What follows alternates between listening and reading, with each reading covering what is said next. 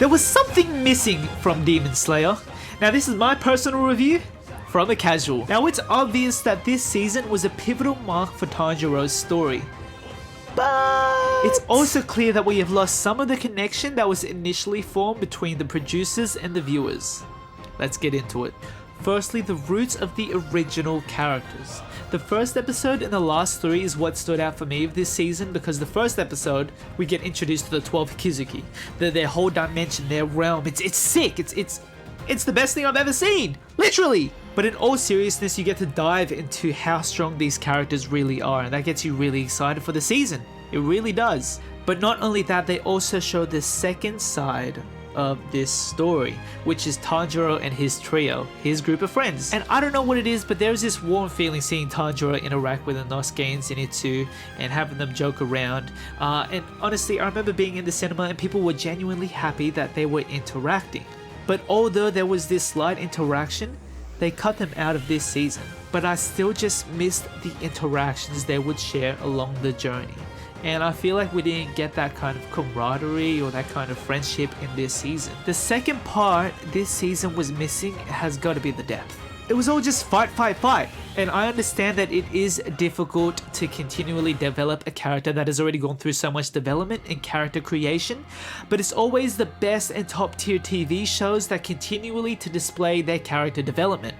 And most of Tanjiro's character development was surface level, meaning it was just physical traits he had gained, such as in his first form, or the sword he got at the end. But other than that, there was really nothing else if you think about it. If I missed something, please let me know. I'm just a filthy casual.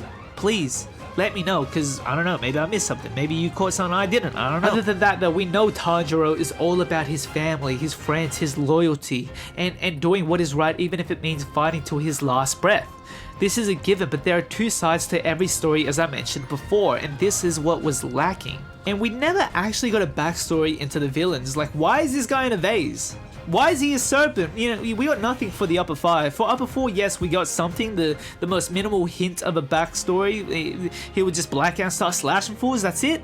Really? That's it? Really? Like, in comparison to season 2, these villains we could actually empathize with and understand and connect with and understand how they became who they are. And that is what undoubtedly makes Demon Slayer such a good show, because you actually understand what realistically makes a villain.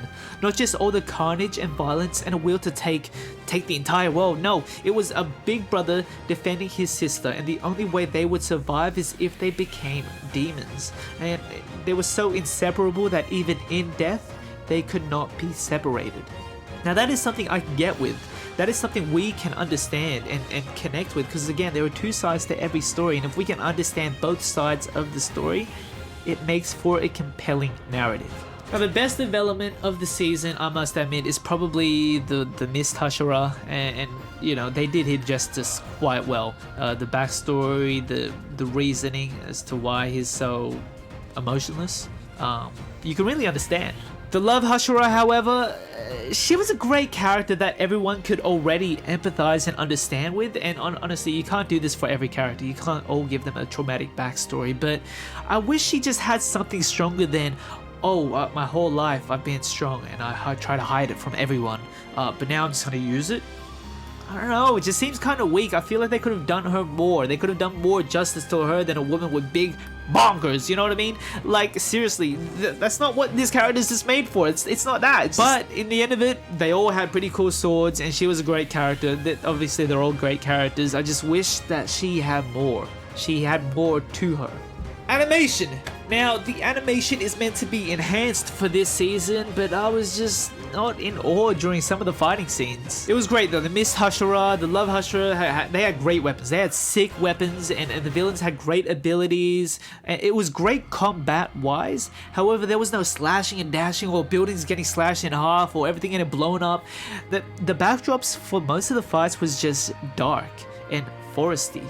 Like, is that even a word? And you're probably gonna say, well, what happened to the Spider family? That was all dark and in a forest. Well, no, that's where it's different. They would actually harness and utilize the moon as well as the forest features to aid in the combat, to aid in the visuals. And, you know, I don't think they did that this season. I feel like there was nothing compelling in terms of animation that they made. I feel like they didn't make any leaps or any strides to do anything different. But that's just my casual opinion, of course. I'm just a casual, I don't know, man. Number 4, the comedy. And I don't know, not having Zenitsu and Inosuke just kind of tainted that kind of comedy. I don't know. Not only were they characters we knew very early on and that we could share a connection with, but they also had this comedy that we could kind of understand and laugh with very easily. I must admit, most of the comedy was carried by the kid who was training Tanjiro. I don't even know his name, but he was funny. I liked him, he was funny, he was good. But other than that, it was mostly fight. And even during some of the fight scenes of Season 2 and sometimes in Season 1, there was a hint of comedy. They had the little Spider-Man tactics where they would speak during their combat, and it was good, it was nice. But for this season, they were all quite serious, and they were all just like trying not to die. I don't know why you can't just say out a joke. I don't know. The last point is that it felt rushed, and I think everyone can agree with this. The first season had 26 episodes, the second had 11, although they also had the Mugen Train arc, which was 7 episodes, so they had 18 episodes altogether. And this season was just 11 episodes. First episode being, of course, 40, and the last being 50 or something like that, but still. And even though it's true to the writer's perception, I don't know. I just feel like it felt rushed. We went straight into the villains. We don't know how they got there. They just ended up spawning there. And then you're going to tell me that they don't actually leave the village? Like, it's been exposed. They know they're there. Otherwise, how did they end up there? And that's the thing. We don't know how they got there. They just appeared. But maybe they'll explain it next season. Otherwise, if they aren't moving, I'm taking the whole gang there. We're going there and we're destroying everything. Once you destroy that, you're good. But anyways, that's just my opinion. Bye!